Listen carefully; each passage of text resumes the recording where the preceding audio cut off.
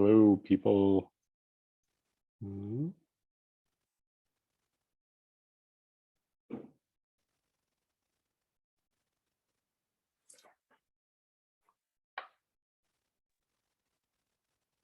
Welcome everyone. For if you're strolling in, we're gonna wait a few minutes before we get started. So if this is your first time here, please let us know in the chat by just dropping in. And then of course, as always, if you've been here before, share your location in the chat as well. We love to know where people are tuning in from.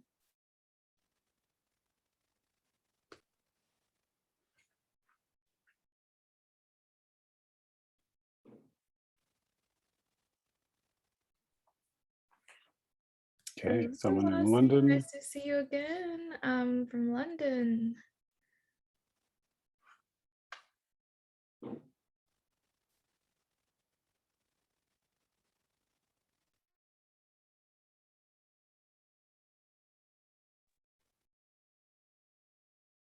All right, people are trickling in. We'll give it maybe just another minute or so. But nice to see everyone. And yeah, if you want to drop in the chat where you're coming in from, we love to see it.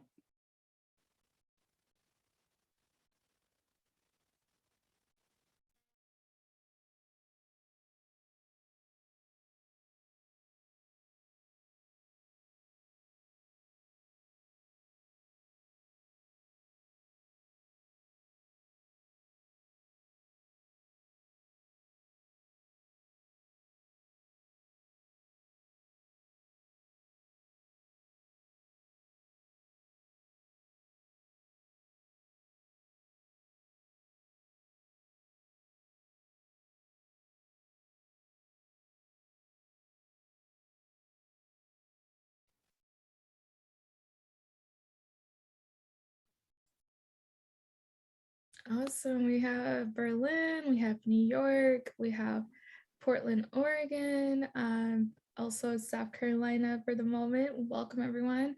We will get started in just a second. We've got a heavy US and Europe group this time. Oh, okay, Austria. LA. All right, here come all the responses. Liverpool, Atlanta. Hi, everyone. Can we also ask them like what kind of countries they normally work in? That would be helpful as well. So yeah, can you drop in the Q&A the countries that you're normally working in? So if you travel and you're working a lot in South Africa, for example, that would be really helpful for me to get an understanding of your digital security possible concerns. Thank you.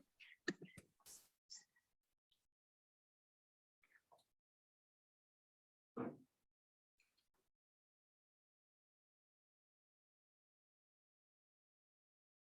right, well, maybe we should go ahead and get started. Oh, good, we've got some Horn of Africa,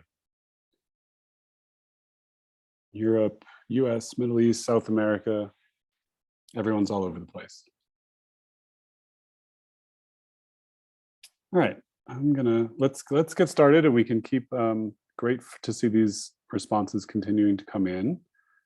So welcome everyone. I am Peter DeCampo. I am one of the co-founders of the Everyday Projects, normally coming to you from Seattle, but tonight coming to you from Nairobi.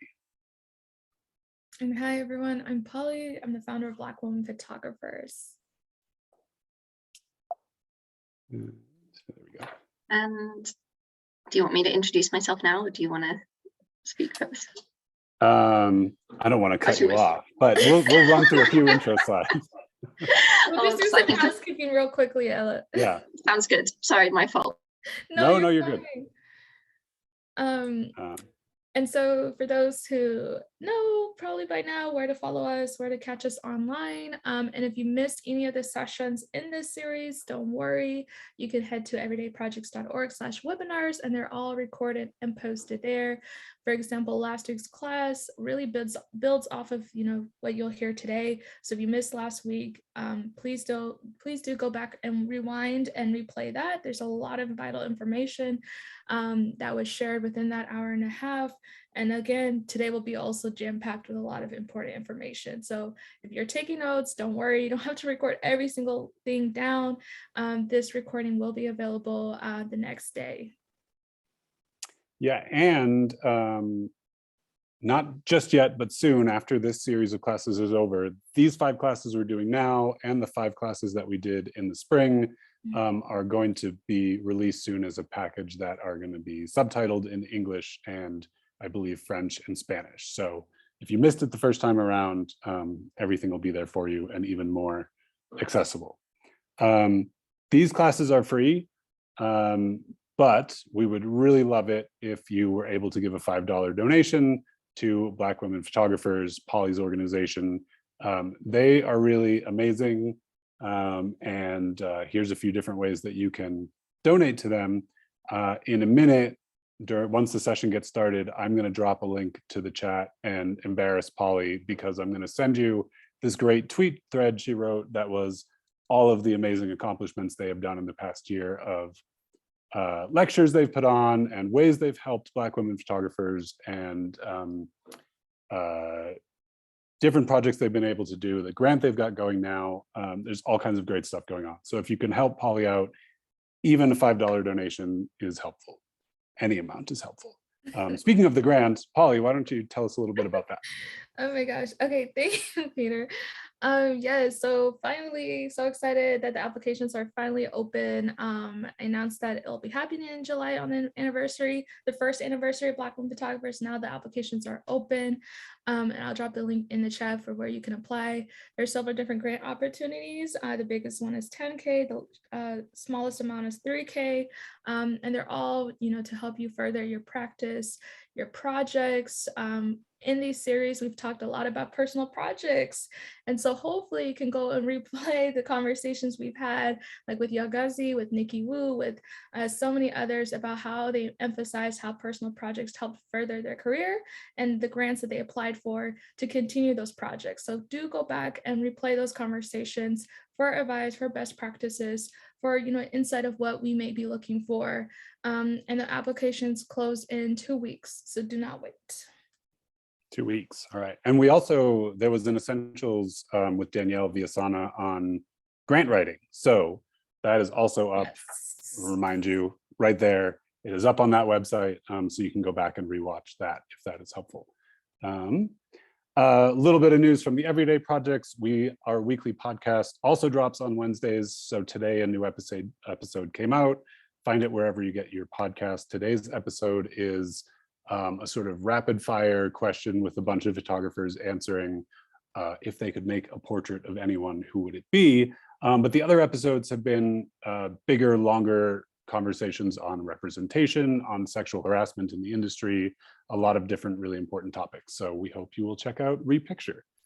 A quick thank you to our partners who helped make this possible, especially today's class is especially brought to us by the ACOS Alliance. ACOS stands for A Culture of Safety. And so this week's class and last week's class, which are about safety and security, we worked with them on.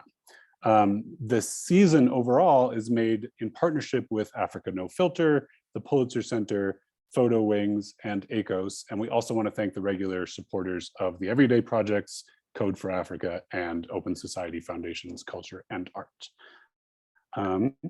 And I think with that, I am going to pass it back off to Ella and let you introduce yourself. So let me stop sharing the screen here. Oops, I might have just stopped your screen too, but I'll step back and let you go. Hi, everyone. It's very nice to be here today. Thank you so much for inviting me to speak to you all about digital safety. My name is Ela Stapley I am a former freelance journalist turned digital security trainer and advisor. I've been working in this role for about 7 to 8 years now. I am on the emergencies team at the Committee to Protect Journalists, where I do all their digital safety for journalists around the world, so we work internationally. And I also lead the online harassment initiative at the International Women's Media Foundation, where we are working to tackle the issue of online abuse and the consequences of that. So as I mentioned, it's really nice to be here today. I am going to be speaking to you today about digital safety and giving you some practical guidance and best practice in order to better protect yourselves. So the session works much better if you ask questions. So I really encourage you to drop your questions in the Q&A, even if you have a digital safety question about a topic that I'm not currently speaking about. I will answer it either at that moment or later on in the session. So the more questions you ask, the more interactive the session is, and the better it is, basically. There's also no such thing as a stupid question, so there's no question too big or too small. The point of today's session is really to kind of demystify digital safety and really get you thinking about practical ways to help you be safer, both online and with your devices. So if you have a question about, you know, which messaging app is more secure, like why can I use Signal or not WhatsApp, or why Telegram? If you have questions about should you store passwords in your browser, then you know today's session is really the session for you. Okay. The first half of the session, I'll be looking at global digital security concerns and issues and trends. This is particularly of interest, I would say, for you, because of the fact that you are based in one country, you may be from another country, and you're traveling to other countries. Okay, so there are a wide range of digital security concerns that may you know, impact you and your work. Okay, and I'll talk more about that in a minute. So without further ado, I'm just going to share my screen. There we go. Can I just check that that's working okay? Polly, Peter, yeah, can you see that? Great. Okay, great. Yeah, looks good. So Thanks. today's session will be covering global digital risk. We'll be covering understanding what digital risk is and you know what that means for you as journalists living and working in the countries that you do. I'm going to be looking at some of the basics, which includes account security, secure communications, which I always get asked a lot about, and device security. We're talking about communication shutdowns because that will be of interest for some of you, depending on the regions that you travel around. Protecting your online data, and that's linked to online abuse. And finally, kind of securing your data. Where are you keeping your documents? I'm also very aware that you're photographers and video, and you're also producing video. The bad news is for you guys that there is fewer options for you, because quite often you have to upload footage or you have to carry a lot of footage, and it's very more challenging for you to be able to get footage out of places by uploading it to the cloud, because, for example, there might be digital safety issues. So it'd be good if you have questions around that to also drop those in the Q&A. And it may be that you I'm also interested in learning from you, so if you've found anything that works or doesn't work, please also drop that in the chat. Okay, digital safety issues. So I work globally with journalists all around the world. What we see is a wide range of threats that journalists face. The reason for this is quite often they are public facing, so they are quite often you know, in the public eye. They are close to situations which can be complicated. So whether that's, you know, covering a protest, or maybe you're covering a particular person and that person is under surveillance, you are also trying to get information out which others do not want. And all of that compounded also with the issue of the fact that journalists have been encouraged over the past 10 years with the growth of social media to really share their brand online, kind of build this brand and share information about themselves online, which has led to journalists, through no fault of their own, really putting a lot of information on the internet about themselves, which now is being used to target them. So we can see here digital safety issues on a global issue. We've got internet disruptions. Ethiopia, for example, is a very a country that has recently seen a lot of internet disruption. India is another one. So if you're working or you're based or from or traveling to India, especially in certain regions of India, India leads the way in internet shutdowns. I think it had over 100 last year, which is by far one of the biggest numbers of internet shutdowns in countries around the world. Internet shutdowns, and I will speak about them in a minute, are becoming more common and used as a tactic to really stifle information online. We can see there in the far right, phishing attacks. So this is when a message is sent to you, could be an email, could be an SMS, could be a WhatsApp message, in which people are trying to get you to click on links so that you download something onto your computer, which could then be used to monitor you. We're seeing, and we have seen, as a very common tactic, phishing attacks targeting journalists and also human rights defenders. So if you're covering anything to do with human rights, be aware the people you may be talking to may also be the subject of a sophisticated phishing attacks. We see that a lot in the Middle East, and especially Iran as well is another area where we're seeing a lot of phishing attacks against journalists who are not based in the country and are not of Iranian heritage. They're just covering Iran as a country. Spyware is another one that's been in the news a lot recently. If you do cover or pay attention to tech news, with Pegasus spyware, and I'll be talking about that later on. And then if you're based in the States, what we have seen, and I worked a lot, especially during the Trump administration and in the lead up to the election, on these doxing, which is the publishing of personal information about somebody online, including their address, their telephone number, with the intent to do them some kind of harm, leading to online abuse leading to offline abuse. That's especially true if you're covering anything far right related.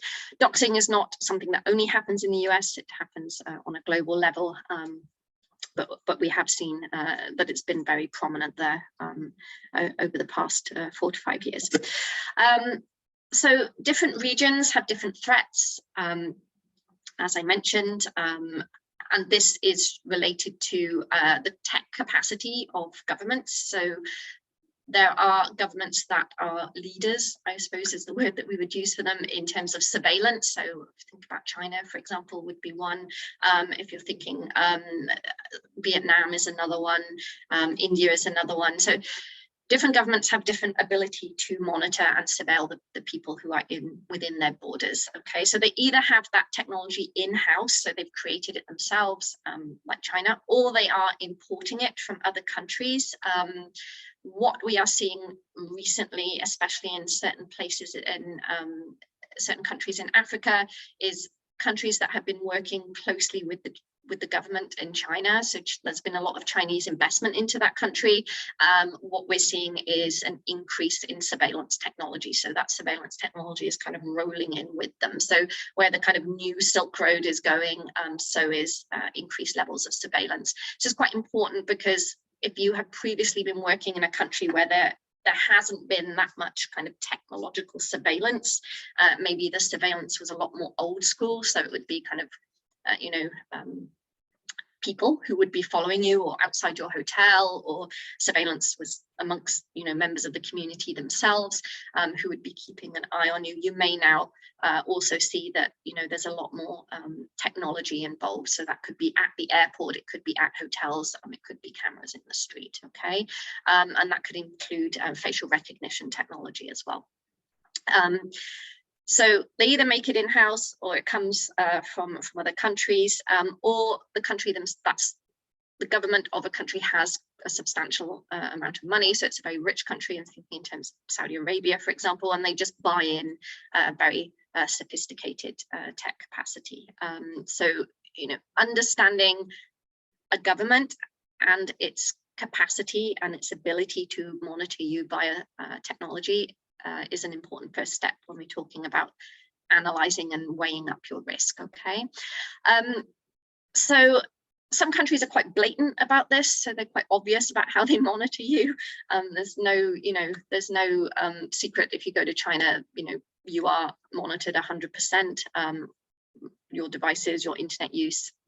Other countries are not so open about this, or they're not so or legally not able to do it. So what you may notice, we see this a lot in Europe, is changes to laws and legislation around, the use of encryption. So it's a big debate in the UK, for example, about putting a backdoor into encryption. What that means is basically that there's no encryption. If there's a backdoor in encryption for governments to monitor what is happening, it also means that other people will be able to monitor. And also, as journalists, you don't really want the government monitoring your communications, especially with very sensitive sources. So you may notice that there are changes to laws and legislations in the country you are based in. What we also see is if one country starts to pass laws and legislation around internet restriction or encryption or surveillance, we see this around the world, other countries in their orbit will also start to implement these. And Russia is a very good example of this. So Russia has been pushing a lot of laws and legislation and passing a lot of laws and legislation to restrict access to the internet. In fact, the Russian government are trying to take Russia off the internet, like the mainstream internet, and bring it into kind of an intranet, which is basically what China has.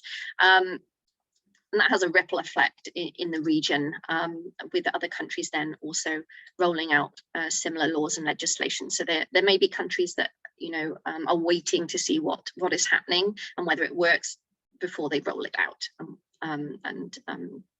And then start to implement it themselves. So that's basically the influence of other countries around the world. Staying up to date with tech news is one of the best ways that you can stay up to date with what's happening.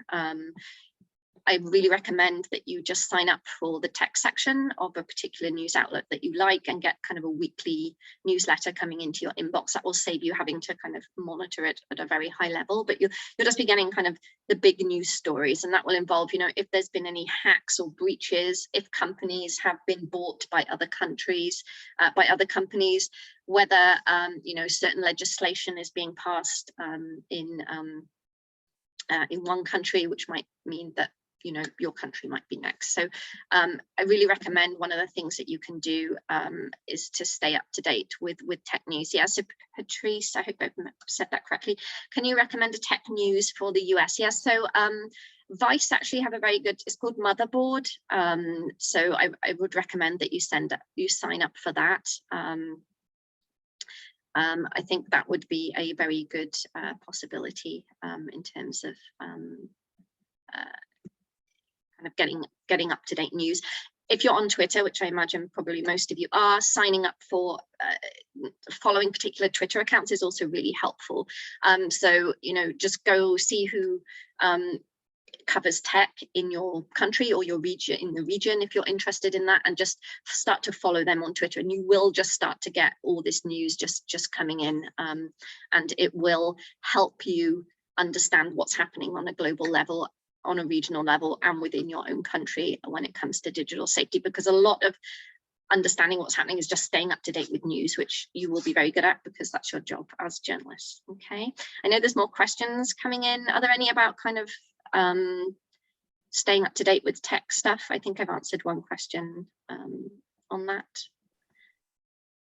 I would say nothing about that specific. So the three really quick, and you can decide whether they make sense now or later. Is it safe to use random passwords suggested by the sites? Is it what personal info would you recommend we don't have online?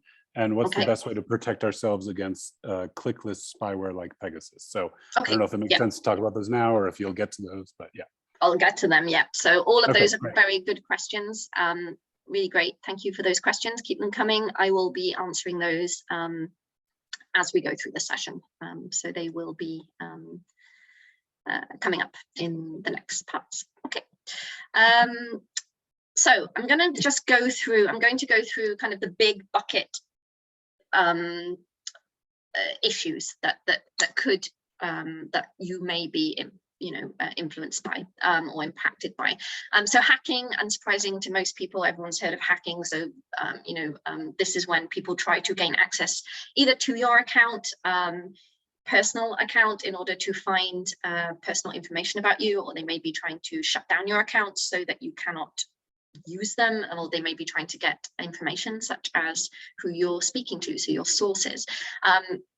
Hacking, there are certain countries around the world that really love hacking.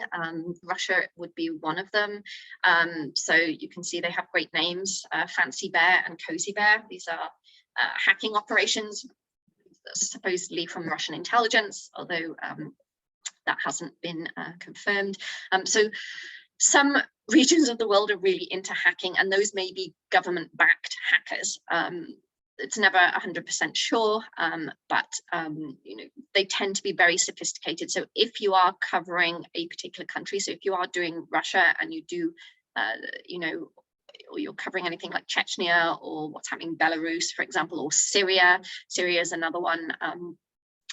Hacking could be on your list of things to be concerned about. So Syria has the Assyrian Electric Army, so they hack as a political motivation. Charming Kitten, that's Iran. And that's to do with accessing accounts and using phishing techniques, and I'll talk more about that later. And also Vietnam is another one, and operation based out of Vietnam called Ocean Lotus, which targets journalists as well. So there's lots of different groups, and some groups are government-backed. Some groups, like the far right, for example, operate across globally, so they operate globally, and their hacking techniques are much more sophisticated than, for example, I'm going to use the example of QAnon. If you're based in the US and you're covering QAnon, your risks may not be hacking, your risk would probably be online abuse. Okay, so having an understanding of, when you do your story, who you are writing about or what you're writing about, and their tech capacity and the tactics that they use is very important, and I'll talk more about that when we talk about risk assessment. Internet shutdowns is another one. 109 internet shutdowns in India, and you can see by far that is the biggest amount of shutdowns of any country in the world, and that was from last year. So you can see, South America, by contrast, is much smaller. Western Asia has a lot of internet shutdowns, and Eastern Africa also has a lot of internet shutdowns. So if you are working in those regions, I recommend you have a look at this site at the bottom there, which is Access Now. They are a digital rights organization, and they have a special project called Keep It On, which monitor internet shutdowns, and they are a very good source of information for you if you are concerned about an internet shutdown. It is a tactic used by governments in order to control information, and you will often see an internet shutdown in areas of unrest, normally where there's kind of civil unrest, such as a protest, or there's an uprising happening in a particular part of the country. Internet shutdowns are also often accompanied by communication blackouts, which are different. So this is when you also have no cell phone coverage and no ability to make phone calls either from landlines. So it's a complete communications blackout. I will be giving some tips on how to prepare for those if that's of interest for you later on. So please let me know if there are any of you, if there is anyone in the room who goes to regions where there might be internet shutdowns, then this would be of interest. This probably affects most people, I would say, although photographers don't tend to be as visible online in terms of they're more kind of putting your images and video online. So you tend not to, in my experience, have such a high amount of interaction, not always, but you may be getting some online attacks and online violence. As I mentioned before, certain regions, governments are much more sophisticated at this than others, and we can see that there's studies being done on how these attacks are being used to sway public discourse, so to change the narrative around a particular story, to force people offline, and that particularly focuses on journalists, but also women journalists. If you're a journalist of color, then you are more likely to be attacked online. There's a lot now of research that has been done on that, okay? So different regions, different countries. Russia has troll farms. The New York Times did a very good investigation into that. So paid people whose job is to go to work every day and harass people online to change the narrative around Russian politics, for example. Turkey is another one. Online trolls. Saudi Arabia also is another one where they also target not just journalists, but anyone who speaks out against Saudi Arabia and has a following online tends to get targeted as well. Okay, so I've included this quote at the bottom from Al Jazeera's Ghada Rees, who was a journalist who had online harassment, was hacked, and then photos, personal photos, of her were taken from her phone and put on the internet. So what we often see here is this merging of digital security threats. So not just surveillance, it's hacking, and then also it's online abuse as well. And what we also see, if you're a woman, if you're covering, or if you are a citizen of, or covering a region which, especially we see this a lot in the Middle East, in Southeast Asia, be very careful with the information that you have online, because they do tend to target women, and what they're looking for generally is photos of you, maybe with a drink in your hand, or at the beach, when they're using these images to try and discredit you and your work as a journalist. And it also has a physical security threat for you as well in certain countries. So it's online abuse. I will be talking about how to better protect against that later on. I can see there were some questions about that. So spyware is another one. I don't want to scare people about spyware. I get asked a lot about spyware. What I will say about spyware is it tends to be targeting, spyware is quite expensive. So you want to be looking to see if the country that you are working in or covering has a history of spyware.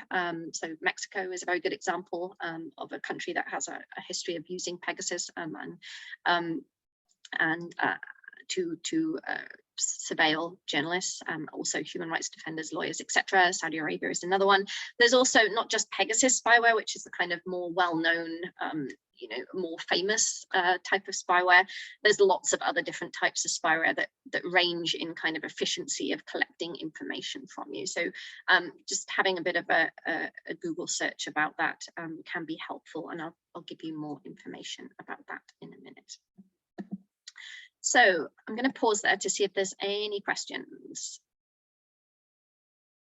before I go into risk assessments.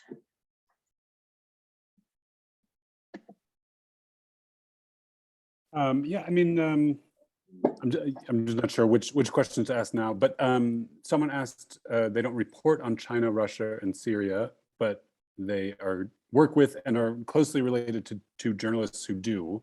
How much is their digital risk increased by those sort of like secondhand contacts? Yes, so if those journalists are based in those countries and they are under some form of surveillance, so if they've had problems with the government or they are covering topics which could be deemed sensitive, then your digital risk obviously increases if you're in contact with them. And it depends on what you're in contact with them for. So, are you talking about like, just like, meeting online to have a chat about work that's not sensitive, or is it just a chat about like where to go for lunch, that kind of thing? Are you planning on traveling to those countries, because that also increases the risk? Are you originally from that country? Are you a passport holder of that country, and do you have relatives there? That also increases your risk. So the more links you have to those countries, obviously the risk increases, but it really depends on the topic that you're talking to, and also the risk of the person in that country. So how vulnerable are they, and how much are they under surveillance, for example, will generally be a good indicator of that. And they may not know, right? So they may not know that they're under surveillance. I think, if you are in touch with people in China, I would just assume that all that correspondence is under surveillance. Whether it's under surveillance in that moment or it's just being filed away to look at a later date is unclear, but I would say that information is being scooped up. Syria is if they're based in Syria, I don't think that is the risk to you is probably not as high. So in terms of people attacking you, so if you are speaking to them and helping them and say, the government found out, then you may be subjected to online abuse. That is a possibility. So in short, yes, there's a risk. It just really depends on the risk of the people who are based in that country. Any more questions, or should I move on? Okay, I can't see any more.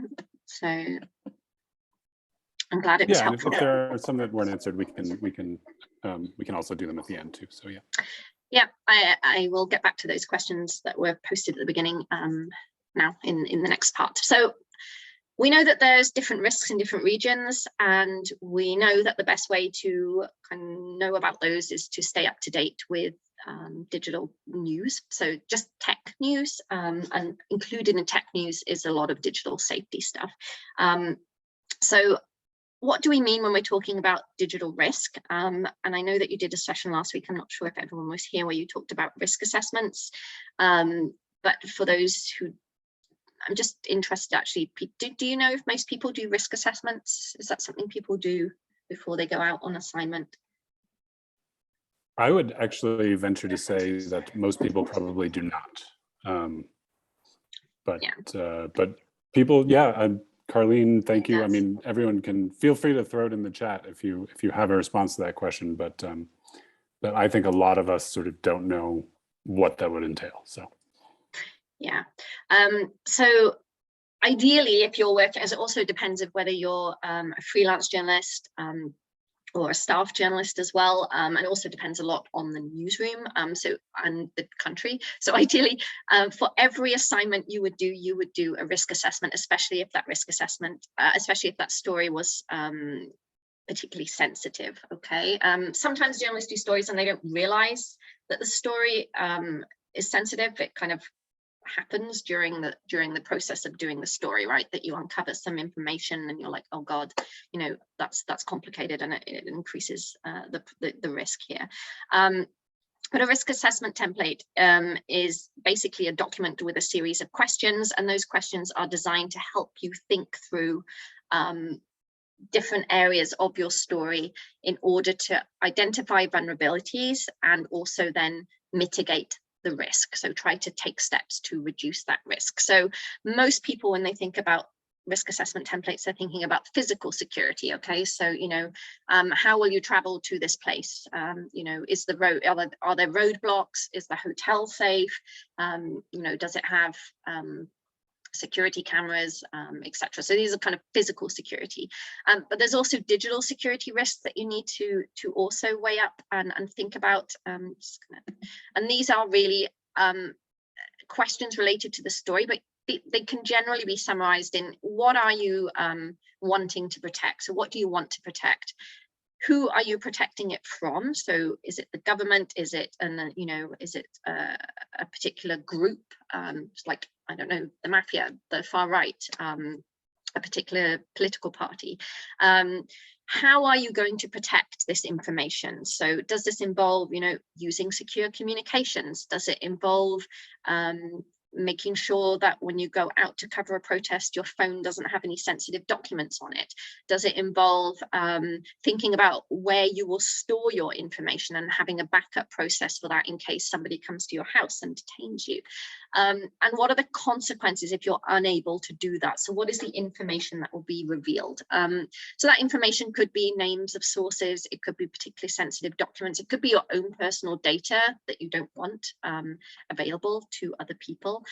So the risk assessment document is really designed to help you think about these questions and the answers to them.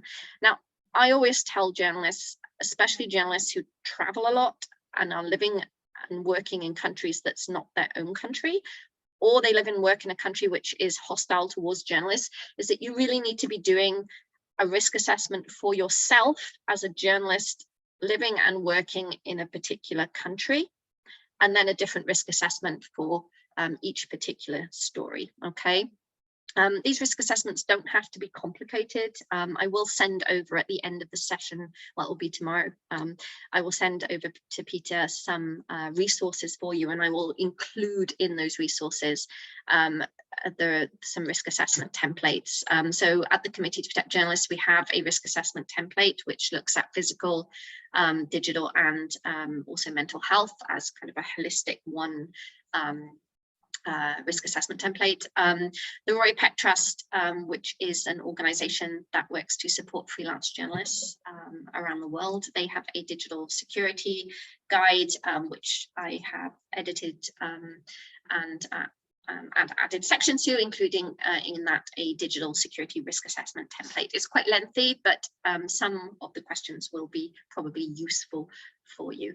But the idea of the risk assessment is really for you to be starting to think about how you and your life as a journalist could bring you greater or less risk. Okay, so the important thing to say is that there's no right answer and there's no one standard guidance for everybody, because everybody's risk is different. Okay, so my risk today would be very different to Peter's, for example, or my risk would be different to Polly's. So everybody's risk is different because it really depends on, you know, where you're based, kind of passports that you hold, whether you've had any prior incidences that could cause you complications, like you've been arrested or you've been detained or you're a subject of online abuse, the type of stories that you cover. Okay, so all of these play a part in kind of understanding what your digital risk is. And it may not be that, you know, in your everyday life and working as a journalist, it might not be, my light's flickering, sorry. Hang on, let me just sort those out very quickly. Hang on, give me 2 seconds. Okay, sorry about that.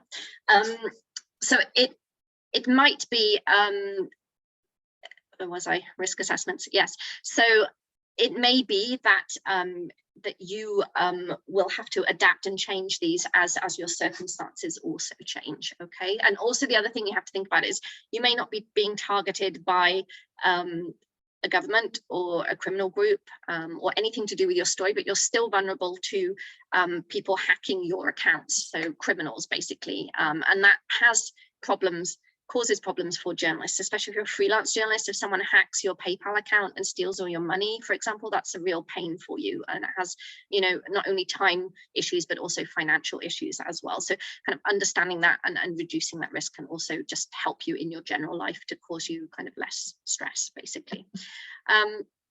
Any questions about risk assessments? They're not very exciting, I'm afraid. Most journalists dislike risk assessments because they take, you know, time to think. But I really do encourage you to have a look and kind of and think about your risk, your digital risk. Okay. In the next section, I'm going to be talking about some of the basics of digital safety, and one of those, the first kind of the nuts and bolts, which is like the basic of online and device security, is securing your accounts. It's basically like wearing a seatbelt if you're driving a car.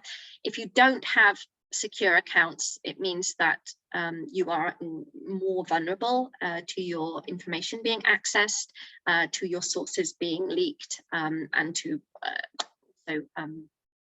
surveillance as well. So securing your accounts is one of the most important things that you can do. Unfortunately, it tends to be one of the most complicated, and that is because people have a lot of accounts these days.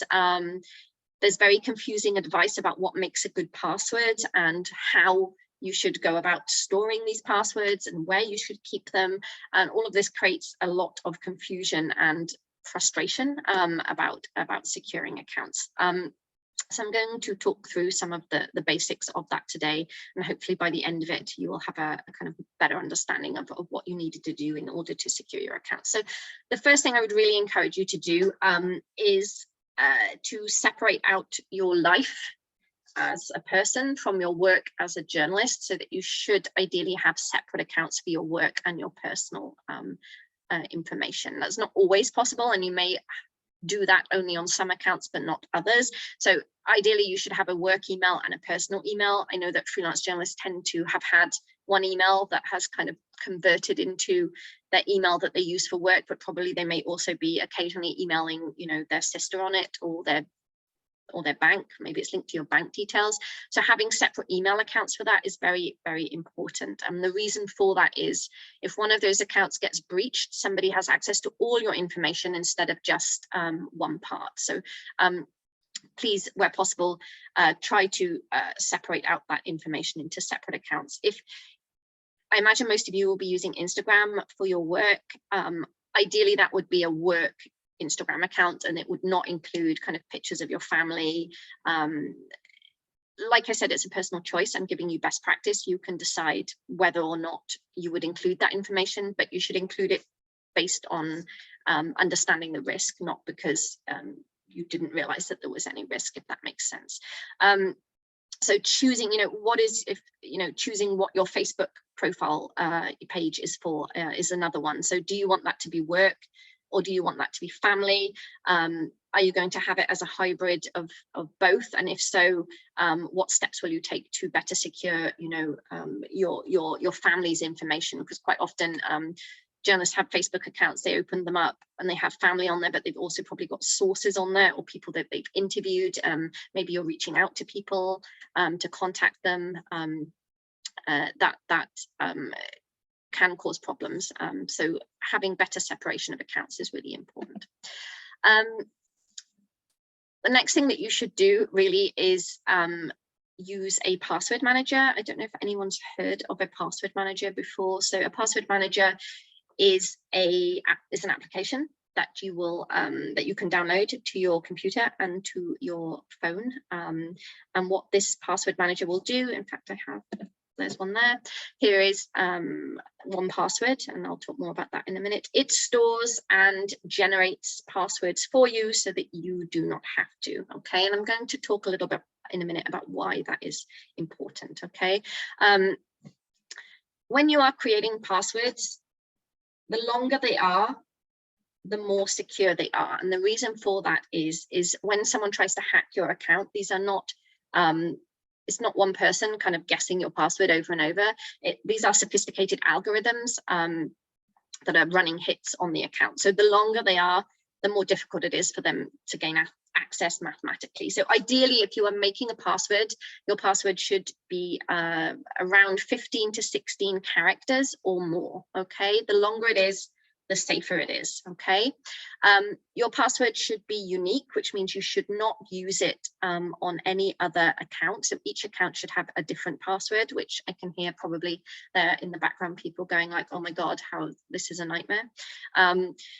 And also it should contain no personal information. So please, no date of birth, no second name, no name of your dog, nothing like this. Why? Because this is information that is easily accessed online. So it's easy to find this information about you online, especially if you're from countries that have really poor data security legislation, like the United States. That information is readily available online, and it's also available probably on your own social media feed, and you do not realize that it is there. So what people will do is they will go to your social media, they'll look through it, they'll be like, oh, there's their date of birth, oh, there's the name of their dog, there's a picture of them hugging their dog in the park, look. So maybe their password is that. So long, unique, and with no personal information in it, okay? So when you create these passwords, they can either be a mixture of numbers, letters, and symbols, just like the password manager will create for you, or you can make passwords which are a random collection of words. So it could be, I don't know, giraffe, French toast, river, etc. So making up about 15 to 16 characters or more. Okay, you could put some numbers and symbols and letters within that as well. Okay, the most common way that people do get their accounts accessed, and not by people who are targeting them specifically, but because you know, just criminals trying to kind of get information and sell it on the internet and buy and sell, is through the buying and selling of stolen passwords. So if you use the same password, okay, for let's talk about aeroplanes because you fly a lot. So let's just say I'm going to use British Airways because I'm based in the UK. So if you signed up for a British Airways account and you use the same password for your Facebook account as you do for this British Airways account, British Airways gets hacked, which it did a couple of years ago now. Maybe your password will have been bought and sold somewhere. So your password will be kind of floating out there on the internet being bought and sold. And if then they have your email address, they would also be able to access your Facebook, okay? Because a lot of people are reusing passwords, okay? Everybody's human and reusing passwords is very common. Where possible, especially for accounts that you really, really would not want people accessing, you want to be thinking about what to do with your passwords there. So you really have about 3 options. So the first option, which does work well for a lot of people, not so well if you are traveling a lot, is you can just write your passwords down and keep them somewhere safe in your home. And the reason for that is the risk of somebody accessing your data online is much higher than somebody breaking into your house, finding your passwords written down somewhere and then accessing your accounts, okay? So you could just write those passwords down and keep them somewhere safe. Or you can use a password manager. So what the password manager will do is it will store your accounts. You can generate a new password within your password manager. And then every time you want to go into this account, you open up your password manager, you click on Air Canada, and it will open it up in a browser for you and fill out the password. So you don't have to remember these passwords. So I get asked this a lot. So what happens if the password manager gets hacked? And I can tell you that, yes, in the past they have been hacked, but security on password managers is now very good. And even if they are hacked, they will be keeping your data in an encrypted form. Okay, so they should not be able to gain access to your passwords. It's currently statistically the best, the safest form of managing your passwords. In order to use your password manager, you will need to create a password. That password should be long, unique, with no personal data in it. I suggest you write that down and keep it somewhere safe. I won't go too much into how password managers work today because we do have a lot more information to get through. And I will send over some information on password managers, but they're not for everybody. You know, if you are concerned that, you know, maybe you're under surveillance from a government and that government has a very high-tech capacity and could access your computer remotely, maybe not such a great idea. Some password managers have the option to, you know, hide accounts in vaults, which is very useful for traveling. They have a travel mode, which can be very useful for you. I recommend you look for 1Password. It's here. They have a free account for journalists. So if you just type in 1Password for journalists, that should come up, and I would recommend that you do that. Okay. The other thing that you can do for your accounts is turn on something called two-factor authentication. I don't know if any of you are using this. This is most commonly used for online banking. So if you're accessing your online banking, you would type in your username, password, and then you would often get a text message sent to your phone, an SMS. That is a form of two-factor authentication. Two-factor authentication is the best thing that you can do for your account. So of today, if you take nothing else away, the best thing for you to do is to turn on two-factor authentication, 2FA, for all your accounts, okay? So everything, Facebook, Netflix, Amazon, PayPal, whatever it is, go into their account, go to the settings and go to security, and it's normally under advanced security settings, and then it will give you the option to turn on two-factor authentication. Now, there are 3 forms of two-factor authentication. The one here is SMS on the left, on my left at least.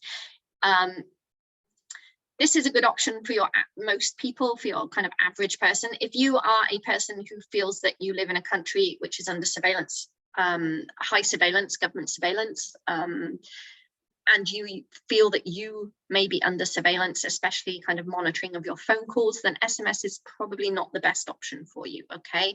I would recommend that you download an app. In fact, I would recommend everyone just downloads an app. It's much better. It downloads onto your phone and the code goes to the app instead of via your cell phone company, okay? The apps work with or without internet. They are free. And I just would recommend, please, if you do nothing else today, that you do download these and turn on two-factor authentication for everything. What this will do is it will mean that if somebody does have your email and your password, they would need access to this app in order to have access to the code, to input the code, okay? And in order to have that, they would have to have your phone. So that would mean they either have to be sitting right next to you, or they would have your phone just next to them, or maybe there's some spyware on your phone, but that is another issue that we may come to later if we have time. So there on the right, finally, we have the hardware key. This is particularly useful for people who are covering, I would say, countries with a very high level of tech sophistication and hacking. So, or groups like the far right. If you are very deep into kind of investigation into the far right, if you are covering China or Russia or Iran, or certain countries in the Middle East, Egypt is one that comes to mind, you may want to invest in a hardware key. So these cost about $50. There are several on the market. Please make sure they are compatible with your devices before you buy them. You will need two, one as a backup. And what you do with this is that you insert it into your computer in order to gain access to the account. So instead of saying, please input your code, it will say, please insert your hardware key or your security key. I won't go too much detail today about that, but I will send some follow-up information on it. Any questions so far about account security? It's not the most exciting, but it is very important. So Rebecca's asking about password managers. You could have separate, yes, you could have separate password. I think for most people, just having one password manager is fine, and you can use that for work, banking, etc., and just use it for everything. I think that would be fine. And one password, the site that I showed you there was very useful for, is useful because it's also free for most journalists, depending on the terms and conditions.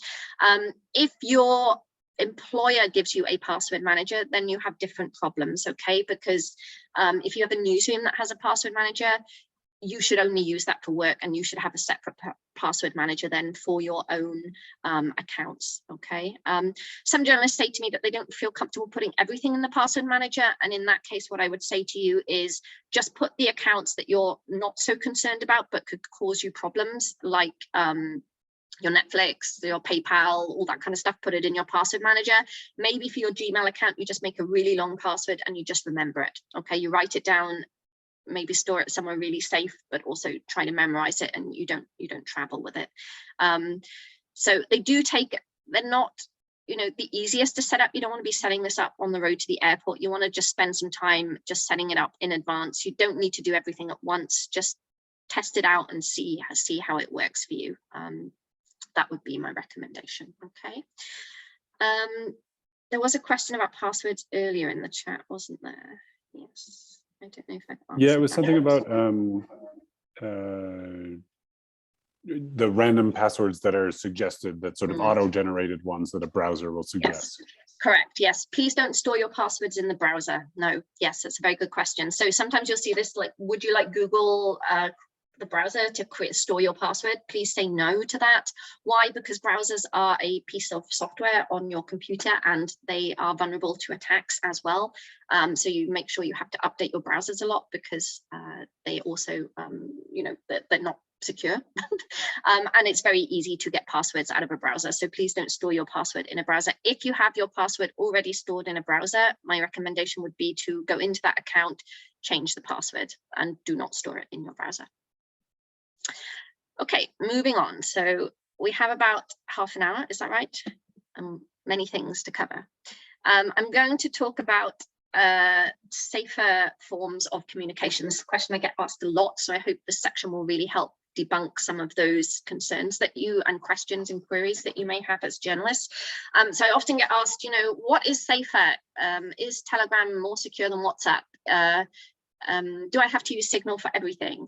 You know, is email secure? Can I make a phone call and will people be able to listen in? Okay, I get asked these questions a lot, and these are really good, valid questions. Why? Because there's many different ways to communicate with people these days, and it is very unclear, I would say, to people who don't work in tech, what is safer and what is not safe at all. Okay, so today I will hope to clarify some of that for you. Okay, I use the word safer here rather than safe, because nothing is 100% secure, especially when it comes to the internet. So anything you do on the internet by default, it's on the internet. There is always a possibility that it could be made vulnerable at some point. If not now, then maybe in the future, which is another reason why it's really important to stay up to date with tech news.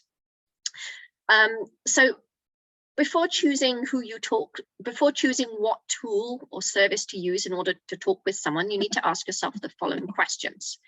So who are you talking to and what are you talking about? Okay, so this is very important because it's very different talking to your mum about going for lunch on a Sunday than it is, you know, speaking to a very sensitive source who's going to pass you some documents. Okay, so who you are talking to and what you are talking about will really dictate to you what service is best to use. Okay, so hopefully by the end of this session you will have a better idea of that.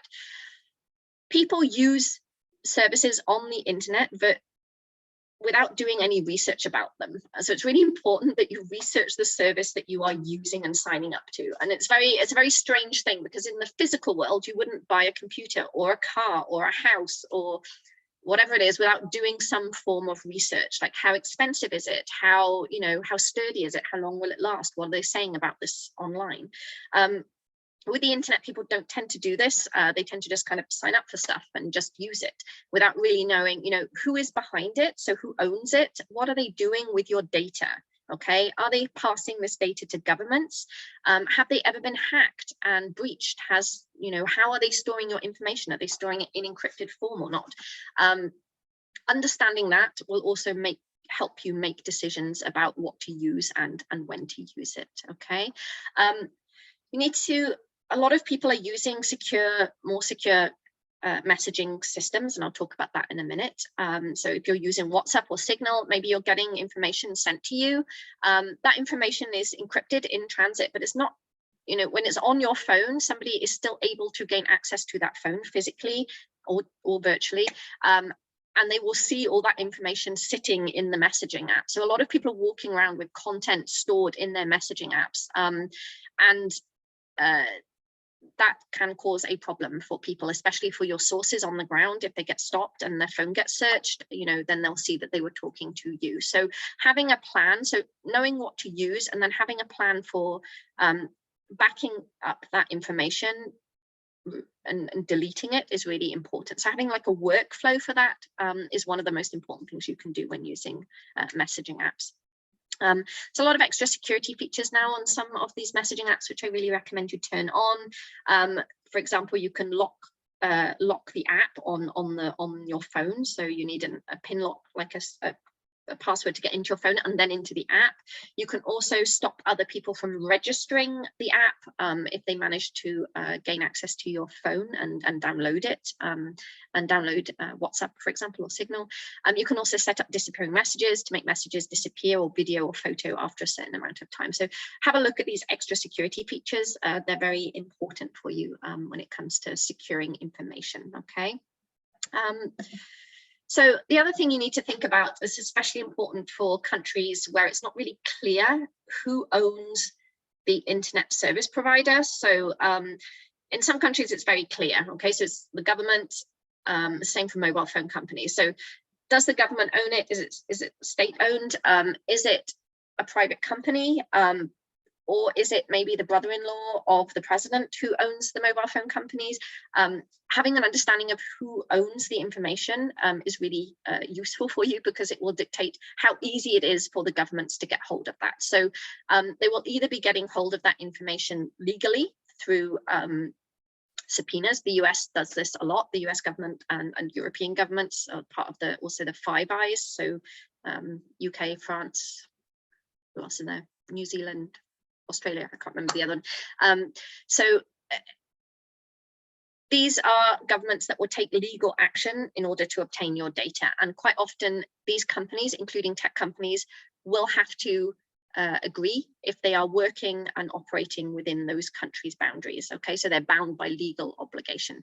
Or they could be just getting that information, you know, they could be just ringing up the internet service provider and going, you know, we need this information as a favor.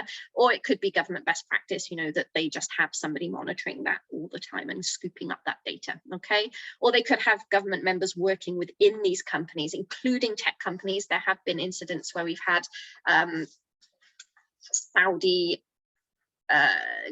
Arabian government workers working for big tech companies and getting information about, I think it was Saudi Distance, from their, I think it was Twitter, but don't quote me on that.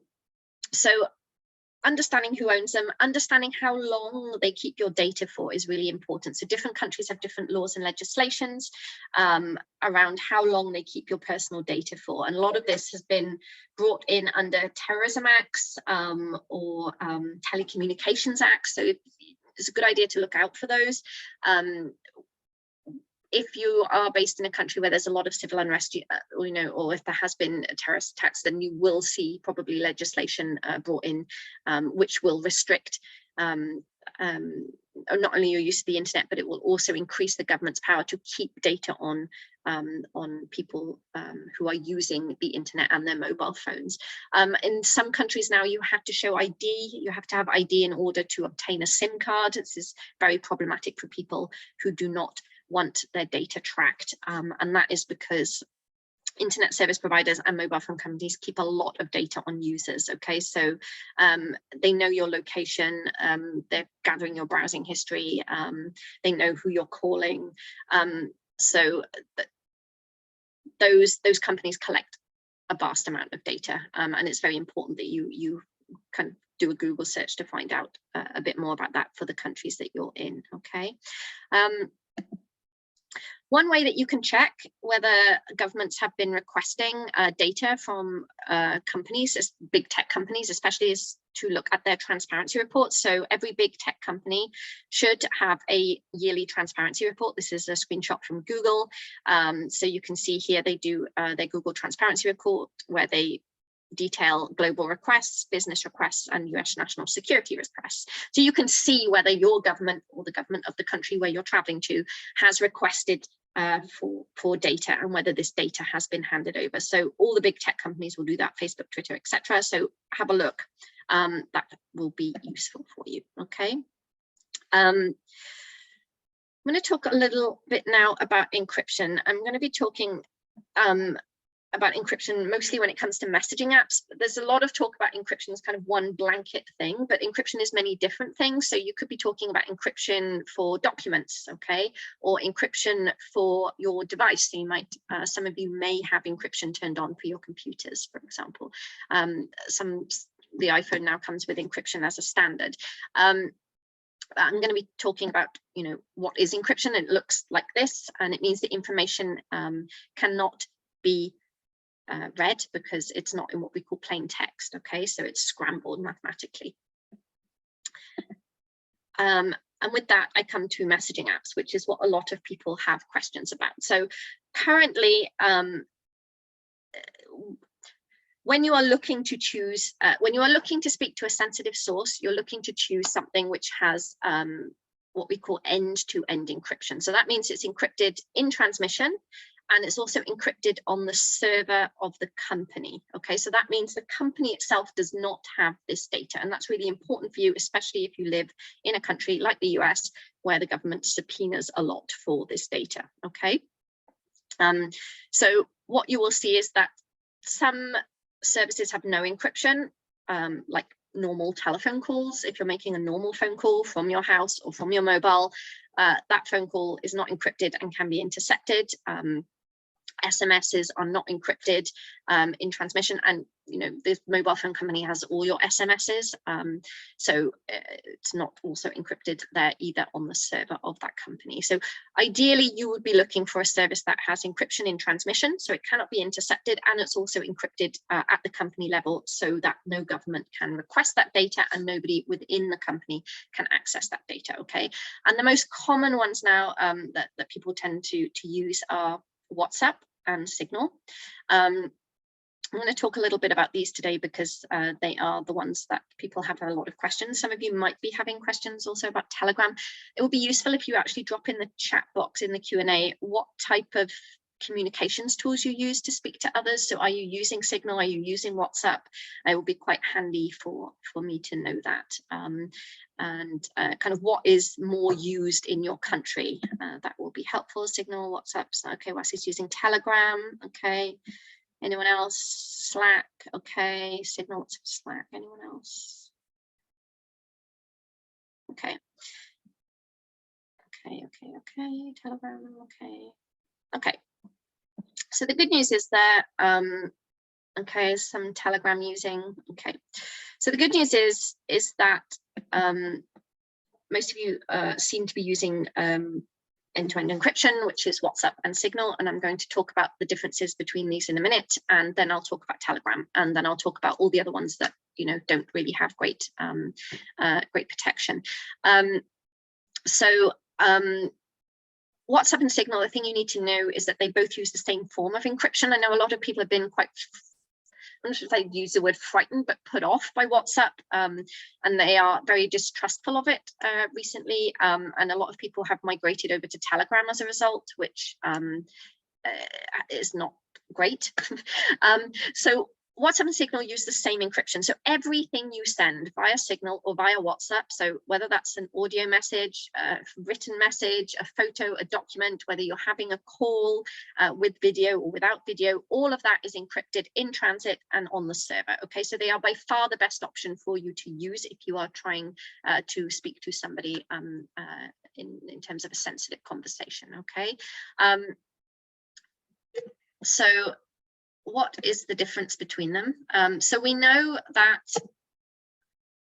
this is where it's important to know who owns the service, right? So Signal is owned by a non-profit, quite a small organization based in the US. It's very well known in the security world, and it's very well trusted. WhatsApp is owned by Facebook. Both of them use end-to-end encryption. In fact, Signal built the encryption for WhatsApp, but there are big differences between them. Will these differences be important for you? This really depends on your risk. And by that, I mean, who are you speaking to and what are you speaking to them about? And who would be interested in that data, okay? So when you are sending messages via Signal and WhatsApp, the content of the message is not seen, but what can be seen is what we call the metadata. So this is all the information around the message, okay? So that could be the time that it was sent, it could be the location that it was sent from. So the issue between these two, the difference between them, is that Signal collects minimal metadata, very little. WhatsApp collects a lot of data, metadata, and that's because it makes money off data because it's owned by Facebook, okay? Is this a problem? This could be a problem if you are worried about a government subpoena and you are worried that the government will be successful with that, okay? So if you are doing anything kind of sensitive about the US government, I probably would not be using WhatsApp. Why? Because the US government has the ability and has subpoenaed for journalist information, the metadata, okay? So this is the difference between them. This one here is the one with minimal metadata is just your contact information, that's Signal, okay? WhatsApp is collecting other information on you, including your location, your contacts, your user content and purchases. A lot of that is also for the business side of WhatsApp, which is more popular in some countries than others. I have bad news for you. So if you are already using Facebook, Facebook already has all this data on you, okay? So a lot of people are very horrified that WhatsApp has all your contacts. That was part of their policy when you signed up to use it. They gave the option to opt out, but a lot of people didn't. So they have that information on you. Is that a problem for you? It really just does depend on whether your risk is a government subpoena, in my opinion. WhatsApp works very well in areas with low internet bandwidth. Signal is a bit more spotty. It's not very useful if you're speaking to people in low internet bandwidth areas or don't have great tech capacity. They don't know how to download apps, or they're not so comfortable using them. Okay. My other piece of advice is use the one that makes you look less suspicious. Journalists going into Gaza with Signal on their phone were being picked up because not only journalists use Signal, but also other people use Signal of interest to the government. So it made them look suspicious, like they were part of an organization. Okay, so, if you're in a country where there's a wide use of WhatsApp, I would say, continue to use it, but beware, if your government has the possibility to subpoena. Okay. Any questions about secure comms so far? No questions? Is that clearing it up for you a little bit? Okay. So basically, if you are using, the takeaways from this is please research the tool you want to use, and please look to see if it has end-to-end encryption. The two most common ones are WhatsApp and Signal. iMessenger also now has encryption, but I think it drops. So it's only if you're speaking to someone else with iMessenger, otherwise it drops out into an SMS. Telegram, you have to turn on the encryption, and that's only for secret messages, I believe it's called. Most security people do not use Telegram because we are not overly convinced by its security protocols, if we're completely honest. So, I think if you're using Telegram to follow channels, I think that's fine. If you want to have a sensitive conversation, then I would be taking it elsewhere. Likewise, if anyone reaches out to you via Twitter DM or Facebook, and that isn't turned on by default, so WhatsApp and Signal, the encryption is turned on already for you. Other applications like Facebook Messenger, you have to turn that on.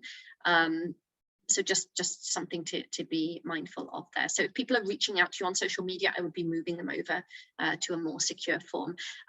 If you're using Slack, that's not secure at all. And in fact, depending on your version of Slack, like the payment of it, like how expensive it is, also your management can be able to read those messages that you're sending via Slack. So just treat everything else as if it were a public space. So if you're not comfortable saying it to somebody in a coffee shop, then you don't want to be saying it to somebody via Slack or email or a normal telephone conversation. So where possible, these are the best options. There are some other options for more group stuff. Wire is one, but I believe now you have to pay for that. And I can send more information on that if people are interested later on. Any questions about secure communications? You've gone very quiet, so I'm hoping that means you understand rather than the fact that you're either sleeping or concerned. Okay. Yeah, I'm just Okay. echoing, excuse me, just echoing what someone wrote there, which is that this is super helpful. So thank you. Yeah, I mean, the thing about WhatsApp and Signal is they're free, okay, and most people use them. So I just say knock yourself out with those, to really try to use them. Now, you really need to manage the information that comes into these. Where is it? Sorry, I'm confusing myself. So you will be receiving documents. It's more secure for you to receive your documents, like sensitive documents, via Signal and WhatsApp than it is via email. Please be aware that when you open up these documents, they may be downloading a copy onto your phone, okay? So you need to know what's on your phone. So please, and I'll talk about that device security, which I imagine might be the last section, given the time. With your devices, you are carrying a lot of content on your mobile phone. I guarantee you have no idea what's on your phone. Like there'll be stuff in the cloud, there'll be stuff on the device itself, there'll be stuff in apps. So when you open up a picture on WhatsApp, for example, if you're using, if you've got Android, there'll be a copy in your WhatsApp, they'll download a copy probably to Google Photos and it'll be in the cloud. There may also be a copy if you've got a Samsung phone on Samsung Photos, for example. So be aware where those documents and photos go, and take steps to regularly review your phone and to delete them, okay? Signal does not create a backup to the cloud. WhatsApp does create a backup to the cloud. That backup is not encrypted. What that means is if somebody manages to steal your phone number, and I won't talk about that today, but there is a possibility that they could install WhatsApp using your phone number and then get all the content of your messages. If you think that's a risk for you, then you want to be turning off the backup. You can do that in the settings section, but be aware that all the content you receive through WhatsApp will not be being backed up anywhere. Signal doesn't back it up unless you are creating that backup yourself and encrypting it. So if you uninstall Signal and install it again, then you normally lose all your content. I think that's it to do with those two. Any questions, Peter? Yeah, well, one question came up, not on this topic, but on the previous topic about passwords. It sounds like we've got someone that now wants to go back and change all of her passwords, perhaps. And she's asking, is there a way to easily find the different places that you've got logins so that you can go and change the passwords or delete accounts? You know? Yes, a really good question. I seem to feel that there is, but not off the top of my head. So what I will do is I will look for that. Let me make a note of it. That there is a place where you can search old accounts. Yes, there is this place where you can search to see if any accounts have been involved in an email, have been involved in a breach. I'm just going to drop it in here, maybe www.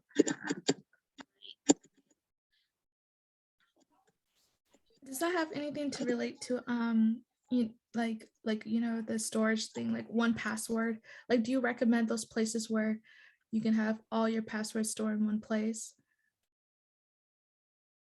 What was the question? Sorry, do I recommend password managers? So there's like a password manager thing called like 1Password and other places like that. Do you recommend using those services? I do, yes. So yeah, that was the first part of the session in account security. Yeah, I do recommend that. Yeah, if you can. That's not the right website I've put in there, but it's similar. I will find it for you. Yes, I recommend a password manager where possible. Hopefully that answered your question. Any more questions? I think we're good for now. Great. Okay, I'm going to talk about device security. I'm going to leave the WhatsApps. So some of you may have seen that WhatsApp was hacked. I can't remember when that was, sometime during COVID, I feel. Who knows with time anymore.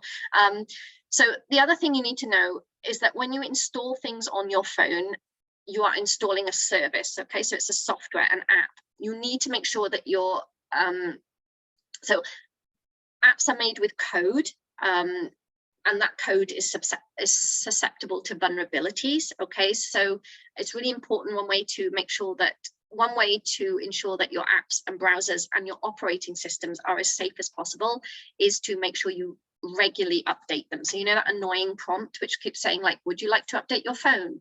You know, just please always update. The updates, what they're doing is fixing problems with the code. So the longer a service is available on the internet, the more time hackers have to look for it and look at it and study it and find vulnerabilities with the code, and the more ways they then find to take advantage of that.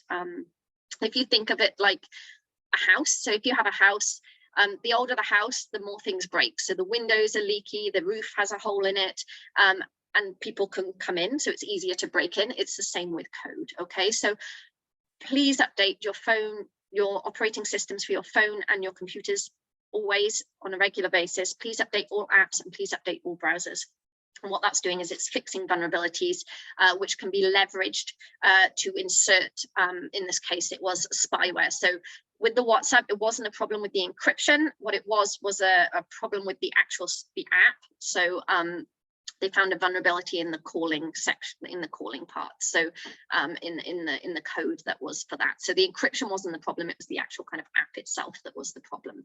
And I think it's really important for you to see the difference between that, because a lot of people say, oh, they've broken the encryption, people are able to read the messages.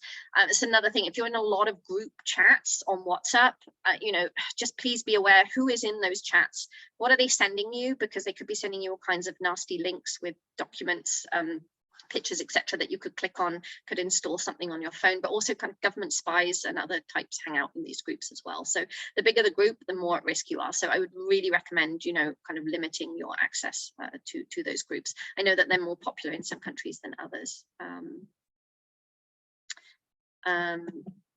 Okay. Device security, very important. Why? Because you have a lot of devices and you guys have cameras as well, but mostly I'm talking about phones here and laptops. Why? Because you carry them around with you and you're using them and they have all your information on them, and you may or may not have secured them that well. So most people now have a PIN lock on their phone. I'm talking a little bit about that now. I've talked about operating systems, making sure they're always updated. Please put a password on your devices. Most people have this. Ideally, it should be the number one rather than, so there are 3 options. You can have a code number. Most people have 4, but you can put up to 6 and sometimes up to 10, depending on the phone. So the longer it is, just like passwords, the more secure it is, the more difficult it is to crack. Please be aware, as far as I'm aware, it is, if it's law enforcement, the possibility of them getting into an Android phone is quite high, that they're able to do that. With an iPhone, I think that with the newer ones, it's more difficult. Well, as far as I'm aware, that it is more difficult to get into those. Some people like to secure it with a swipe. This can be not that great, because if you hold the phone up to the light, you can see the greasy fingerprint, and that can be how someone can get into your phone. So sometimes it's not the most, the tech way. People can be just looking over your shoulder as well. Biometrics. I know a lot of journalists like this, because if you're on a protest, etc., and you're fast paced, you hold your phone up, or you hold your finger on it, or you hold it up to your face, and it unlocks quickly. So it has advantages. Disadvantage is that if you can open it easily, so can other people. So that could be thieves. It could be law enforcement who hold your thumb on it. I will say, if you're going through a border, please turn off biometrics, because the law is very grey around those. There's in certain countries, there's written legislation that they can't force you to put in your password into a device, but there's no rules about biometrics, so they can just put your finger on your phone and open it up. Okay, so that's something you want to think about. Devices give you the option to remote wipe. So this means that all content from your phone and laptop will be deleted. This is very useful, for example, if your laptop's stolen, or your phone, or if you are detained and that information could put someone at risk and you might want to remote wipe. I will send information on how to do that. Please be aware it only remote wipes when it's connected to an internet connection, be that data or Wi-Fi. Okay, if it's in airplane mode, which a lot of law enforcement now do, they put it in airplane mode, so you can't wipe your phone. It won't wipe. Please manage the content on your devices. I spoke about that with messaging apps, so knowing where things are. Don't be carrying around sensitive documents crossing borders. Just store them in the cloud, and make sure that you've logged out of all those accounts when you cross a border. I haven't gone into border crossings today, but I do have some information which I can send on that after this session. I'll send that in a follow-up email. Journalists are very good at backing up information, so I don't have to talk too much about that, but some of you, you might want to think about where you're keeping your backups if you're at a risk of possible detention, and having more than one backup and storing them in different places, so not in your home or your office. There is the option to also, if you are concerned that you have some form of spyware or malware on your phone, you can carry out what's known as a factory reset. So this is found in the settings section, and what it does is it wipes everything from the phone, and then you have to reinstall everything as you did when you first got the phone. This should get rid of most malware. We don't know if it gets rid of very sophisticated spyware. Quite frankly, we have no idea.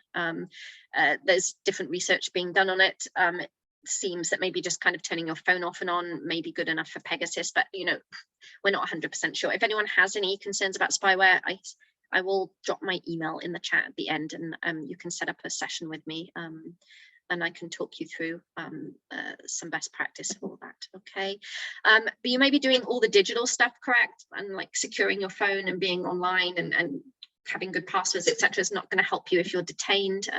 Seen a lot of detention. I'm using the case study here of Nepal, but especially for physical searches of phones. Okay, you know, you can have things encrypted, but you know, if you're forced to open your phone, there's a threat of violence or detention or arrest, then you know, that's a personal decision that you have to make. So I think the best option is to have as little as possible on your devices. So if that situation does arrive, you know, there's not that much stuff there for them to find. Okay. Communication shutdown, I will just go through it very briefly. Oh no, we're on the hour. How much more time do we have, Peter? People we're at 90 minutes, so we should really try to wrap up. So I can wrap up. So maybe we can just open it to questions. If there's any more questions, and there's any questions I didn't answer, let me just the end for that's encryption. So I think really 5 tips to be more secure. Risk assessments, please, are very useful, and staying up to date with digital security news, updating all your devices, your apps, your browsers. This is just really easier things that you can do. Please turn on 2FA for all your accounts, even before you start the password thing. The 2FA is much better for you. Okay, it's quicker and it's a very effective way. Using Signal or WhatsApp. We didn't get to managing online data, but ideally, summing it up in like 4 sentences. Ideally, if I were to search for you on the internet, I would only find information about you and your work. So I wouldn't be finding photos of your family. I wouldn't be finding your date of birth, etc. So, you know, if that is a concern for you, you know, I will send over more information on that in the email. It's going to be a very lengthy email with many resources for you to have a look at in your own time. So for my work at CPJ, the Committee to Protect Journalists, I can do individual sessions as well. So if any of you would like a session with me, please do get in contact. Also, if any of you are experiencing any online abuse, I can do that for you through the International Women's Media Foundation. So please just, you know, feel free to reach out to me. I will drop my email in the chat, but I am not able to, I don't think. Or will Peter pass them? This is super useful. Let's see, let me remove the spotlight here and get back on the video. Yeah, here is in the chat, here's CPJ, but yeah, if you want to put your email in there, go right ahead.